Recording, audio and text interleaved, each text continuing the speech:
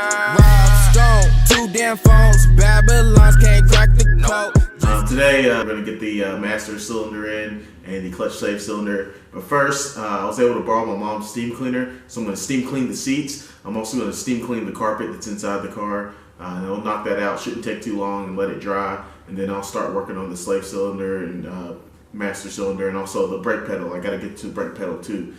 So I promise you guys I'll do this. It is the next day, like I said, but let's get straight to it. Before we get started, I want to show you the seats. They don't look too bad. There's a little bit of dirt down here, and then there's some dirt here. I know they don't look bad, but I'm going to steam clean them anyways, and we'll see what the water looks like once I'm done. I'm going to be using a Bissell steam cleaner, so I probably won't record because it's really loud. This is what I'm using. I'm using the patented cleaning agent. Can't tell you what it is or I'd have to kill you. Just done. So after a quick clean, you can tell those spots that were down there in the bottom of the seat are cleaned up, and the seat looks a little better. I'm not sure if it'll show up on camera, but I can tell the difference, and that's all that matters. When I sit down, I'll be able to tell the difference. Torn up here. This is on the driver's side. I'm not too worried about it. I'm thinking about either getting these seats reupholstered or upgrading to a bucket seat. That's not as important to me. I'm more concerned about what goes into the engine. And this seat as well, cleaned up nicely. No more spots down at the bottom. So now we'll see if we can have the same results inside the car with the carpet. I'll let you guys be the judge of how well the carpet came out. I'm pretty satisfied with the cleaning, but I'm none too satisfied with the suction on that machine.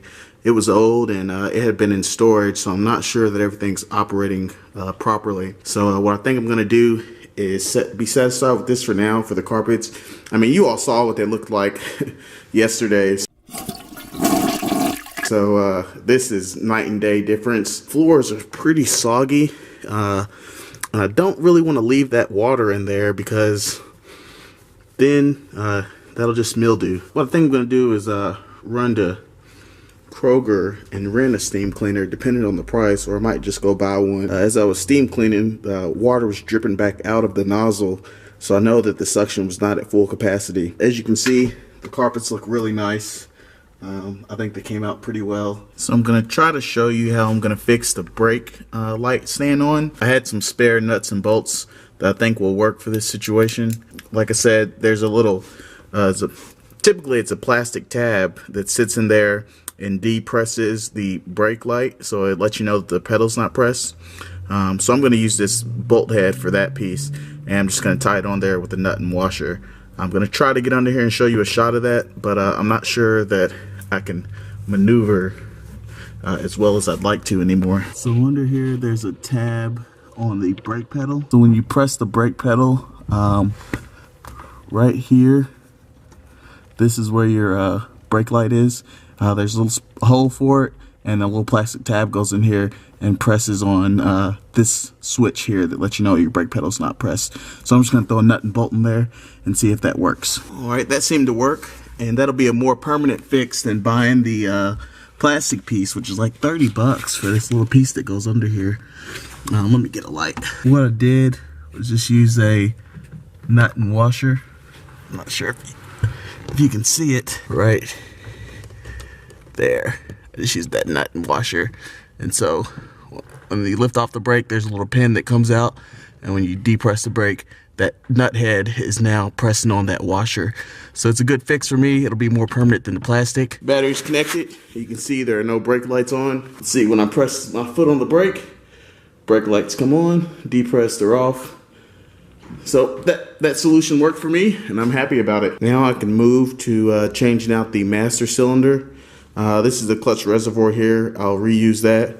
The master cylinder is down in here. It's hard to see right now. 2 bolts on the inside of the car that I'll have to undo. And there's also a clip that connects it to the clutch pedal. First, I think what I'm gonna do is detach it from the inside of the car. I'm a little worried about the fluid line there.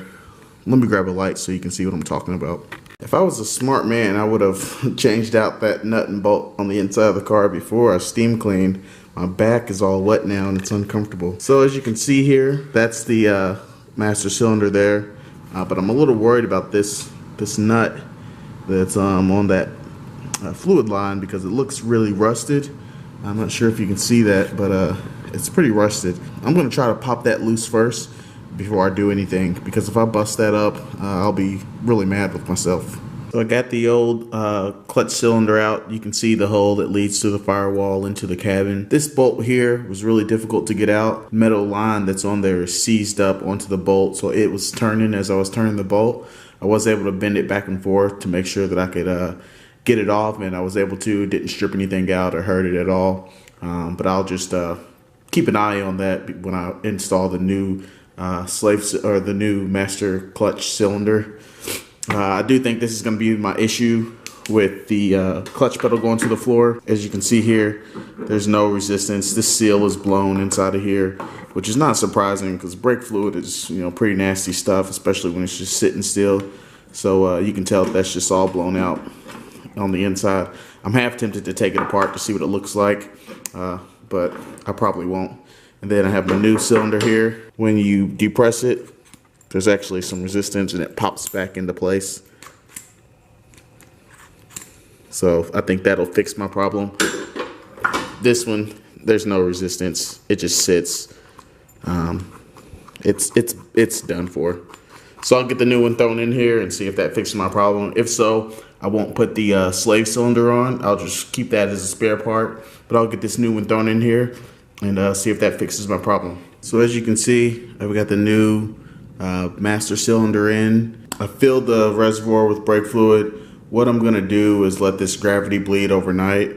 I have a weight on the clutch pedal and slowly there will be bubbles rolling up through and hopefully this bleeds the system for me. I don't feel like sitting here all night pumping the clutch pedal, so I'm just gonna let this kind of take care of itself and gravity bleed overnight, and then whatever doesn't bleed, I'll pump the clutch pedal tomorrow to make sure that I get it nice and firm. Like I said, I let the clutch gravity bleed overnight.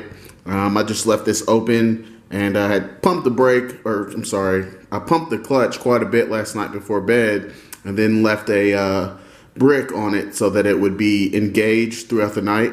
That allowed it to the gravity bleed back up through the system. And then when I just got home from work, I pumped the clutch a few times, opened the bleeder screw, shut it, the regular deal to bleed hydraulic systems.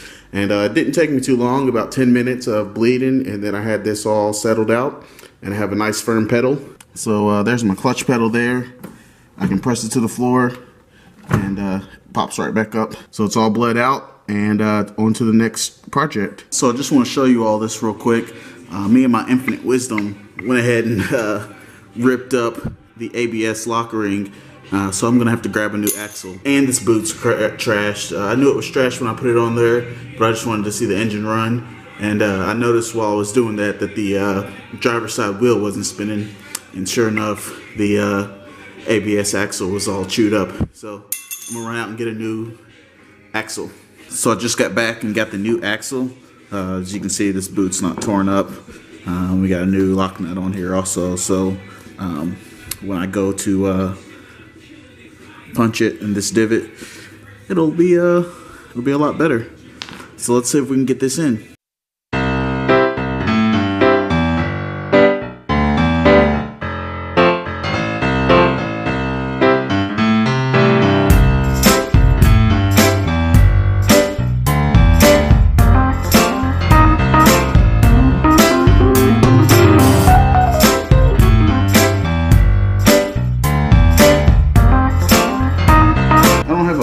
But I think that this extension for one of my screwdrivers will work just fine.